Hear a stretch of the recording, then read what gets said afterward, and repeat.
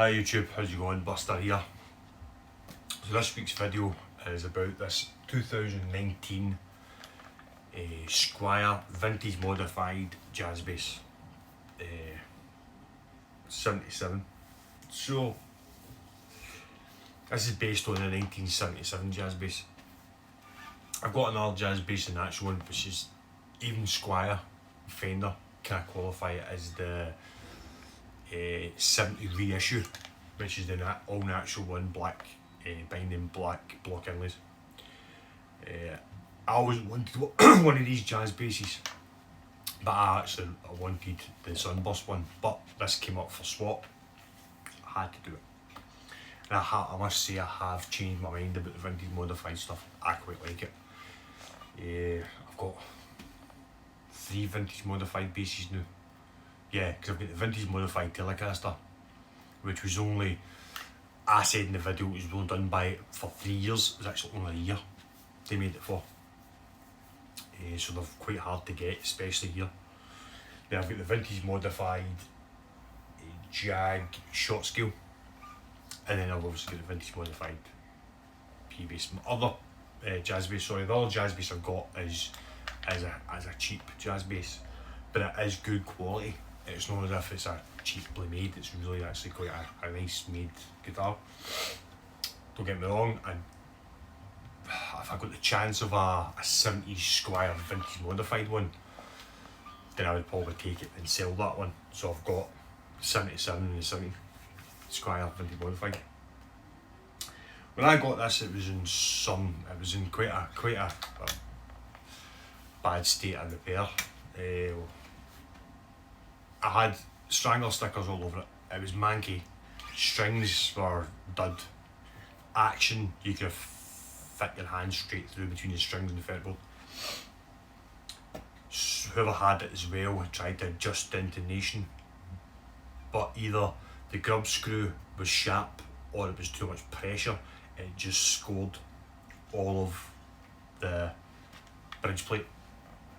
So what I did was found another bridge plate that was kind of in good condition and swapped it with the one I put on the Gretsch, because the one I put on the Gretsch is actually the Fender bridge off the P-bass when I put it on the Hymas.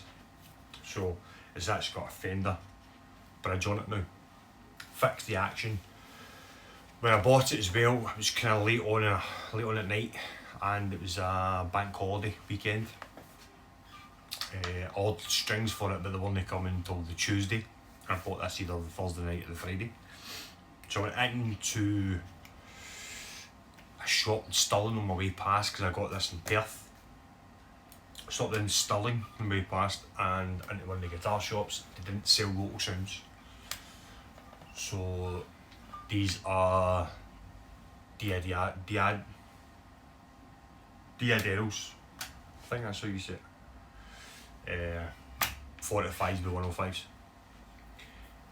Nickel, not stainless steel. So this is the only bass that I've got that hasn't got either local sounds or Johnny Brooks on. As I've said before in videos, all my basses have either got Johnny Brooks on it, because I don't play the bass that much, and all the ones that I do play have all got local sounds, RS66s. But I'm kind of liking these. I don't know why. On this bass anyway, I kind of like it. So yeah, so this is it. 1977 vintage modified Squier jazz bass from 2019. One-piece maple neck. Normally how I tell a one-piece maple neck, Mad Malco, who's done a video on maple necks, if you watch this video, maple necks sometimes give you the illusion when they're one piece that they look like two piece. That does it. When you look down the dot markers up, it looks like it's a two-piece neck, but it's not. The way I normally tell is where it transitions from the fretboard to the headstock. If you look here, you're more likely to see if there's a line good thing about Squiers and Fenders are the figuring of the maple is usually quite intense. So this is the same, you can actually see the figuring going up onto the neck or onto the fretboard. Same with the P-bass. Even though it looks like it might be two-piece, it's not, it's a one-piece. Plus if you read the spec anyway, it tells you one-piece maple neck, one-piece maple neck. I think even the copy of the 70s jazz bass is a one-piece maple neck. No, it can't be. It's not. It can't be. I've just looked round and I think it's not. Because it's not got a skunk stripe. It's harder to tell with Fenders for some reason if it's a one-piece or two-piece, because the only Fenders or Squiers that I know that don't put a skunk stripe in their necks is when they're made in China. That's the only one. Unless it's the Mini P, because the Mini P is in Indonesia and it's not got a skunk stripe. But that just could be because it's got a small neck. So normally the way to tell, so Squiers normally have skunk stripes anyway, so it's hard, even in the rosewood fretboard ones still have skunk stripes. So that's where I think you can usually tell, is the transition between the fretboard and headstock. You'll see a more definite line there. It kind of throws your eye off down the side, because if there's grain going that way, then you might think one of the lines where the grain is a fretboard when it isn't, because that doesn't. When you look down the side of that, as I say, it looks like it's got a fretboard and it hasn't. Well, it has got a fretboard, I mean a separate fretboard. Yeah, so enough rambling. These are got Duncan designed pickups in them as standard, come from the factory. So these have got Seymour Duncan jazz bass pickups in it. The tone knobs are more like Stratocaster knobs, whereas a normal jazz bass is got jazz bass knobs. As you can see on this, the 70s one, it's got the kind of, yeah, with the lines on it. That's normally what's on them. So I don't know if I'm going to change them or not, or keep them as is. I don't know yet. Nuts, synthetic bone. I don't want to change it or not. Normally I change the nuts on my guitars to the bone nuts. So far the only ones that I've not done it to is this, the vintage modified Jag, and the P-bass, because they play fine as they are, so I don't see the point of changing them. Just considering vinyling the control plate, I'm not going to bother. I'm actually going to strip the Jag and clean up the side of the scratch plate, because I've painted it, and I'm going to take the vinyl off so it looks more like this, but where the only difference would be then it's obviously a Jaguar and it's got a rosewood fretboard. So yeah, really nice. These have got the exact same machine heads as the P-bass, the Mexican P-bass. So yeah. Yeah, it's a really nice bass, all you see it now. Yeah, a few wee dings and stuff, but apart from that, once it was cleaned up, it looks like a brand new bass. It's a really nice looking bass. For being just black and maple, it's really nice looking. There's actually another bass that I was looking at, I'm thinking about getting, but the guy just keeps messing me about, or doesn't, he's not accepted my offer yet, is a Fender P-bass, vintage modified 70s P-bass. So basically it would be similar to this, P-bass body, obviously P-bass pickup, with a full maple neck but with black binding, black block inlays. So side by side they look very similar. But he's not got back to me yet. So yeah, so let you hear it. So tone all the way up, bridge pickup.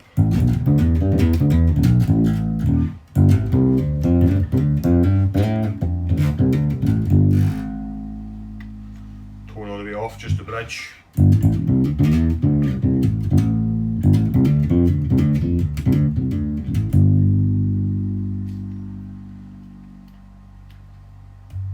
pickup.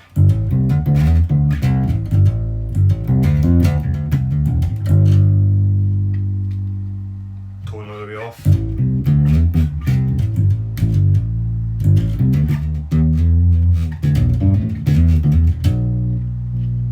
Both together.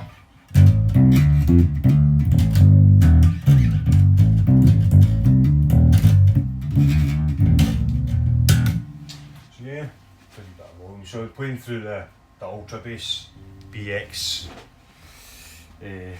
1x15, 4x12. Yeah, so really nice. Both all the way up, tone all the way up.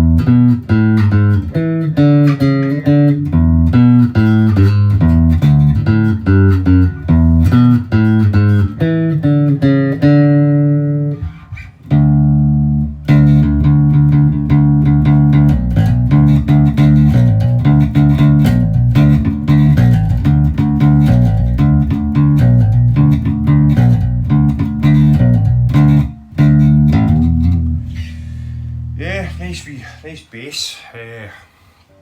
I'm more too sure about these DDRO strings. I think that's it. I don't know how you say that. I've never used them. I've never ever used them before.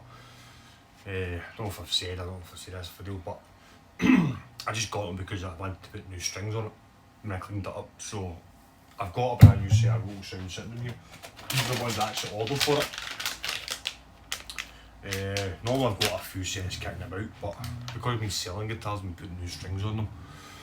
So I didn't have to wait. I bought these DDROs XLs, 45 by 105s, which you guys said they're basically DDROs version of the swing bass ones. They're nothing like them. These are nickel. Swing basses are stainless steel. So there's a difference. These are shinier. They do sound a wee bit brighter. I'm not too sure. I don't want to keep them on or not.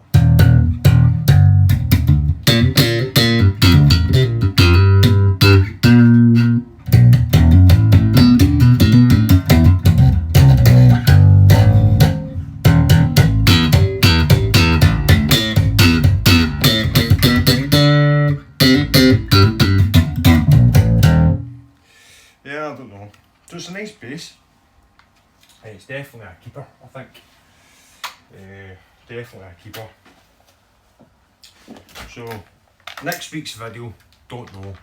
Unless I pick up another bass, I'll probably think of something. I might think of something and just do a wee video of me playing along with something. I don't know. So yeah, load problem with black guitars are they get really loads of fingerprints on them. You need to keep them up. My other Squier bass, the Duff McKagan one that I did, it's exactly the same, fingerprints everywhere. Changed the strap buttons to locking ones as well. So yeah, nice bass. Definitely, my opinions have changed about the vintage modified stuff. I'm actually starting to like it. Yeah, definitely like it. As it says, DDRO, I think you can deal with the colour ballings. Usually local sounds are red, white and blue. Yeah, red, blue, white and red actually for 4-string. The red, white, blue, red, white, I think for guitars. Yeah, so very nice. Lovely bass. It says it's in good, kind of good condition. Couple of remarks, nothing major. Yeah, nice bass. So next week will probably be a play along bit unless something else comes along. But this is definitely it's better that I've got it, because that Kingdom based sat in a case back there and just did nothing. So this is a nice base. Notice I've got a Mad Malco t-shirt. I did say to Mad Malco I'd wear it in my next video, but because this is a black guitar, I didn't want to camouflage the guitar, so I've stuck him on my amp here. I will put a link to Mad Malco's page down below, so any math subscribers don't subscribe to Malco, if he's, please go and subscribe to him. He tries to get his subscribers to come subscribe to me, but they've not done it yet. Keeps mentioning me on his channel. So that's it for this week. As I said, I'm still using this just now for work with the Mini P. So I've not really had a really good chance to sit and play this yet, so I'm going to get another week or two. Then I'm going to do what my thoughts on this Vox headphone amp's all about. Don't know if there's anything else new. No, that start for sale. Nobody's been interested in that yet. I think somebody's coming for the Dean Hasbro tomorrow. Apart from that, unless anything else comes up, I'll think of what I'm going to do next week. So, hope you have a nice weekend. There might not be another video. There might be one of these wee short videos coming up. I might do another one of them, because I do them every now and again. Yeah, have a nice weekend and be safe. Carry on.